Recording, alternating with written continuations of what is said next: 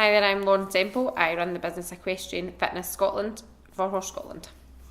So what sort of things do you do with the riders in Horse Scotland? I do their body analysis, which provides their weight, body fat percentage, their hydration levels and their muscle mass, and also it tells me the metabolic age of their body, and I also do the fitness testing to test their strength and conditioning levels. How does it work? Yep, they have 5 exercises in their fitness test: burpees, squats, press-ups, sit-ups and a plank. Each of them tests different muscle groups and their kind of cardio levels to show me, that can indicate what level of fitness they're at already.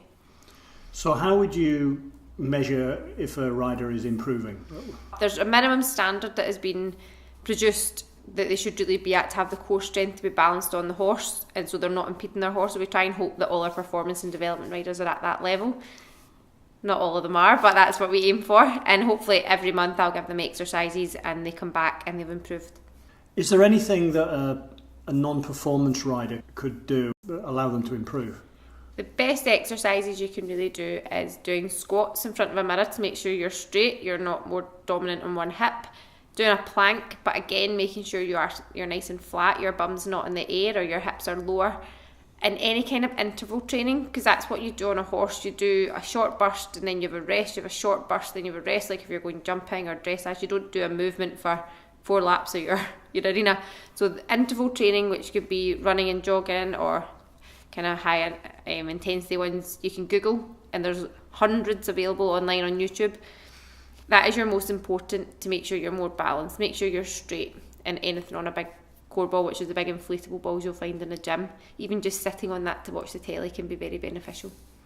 So are there anything that is specific to an equestrian rider that would help them? Yes, definitely. Squatting and planking.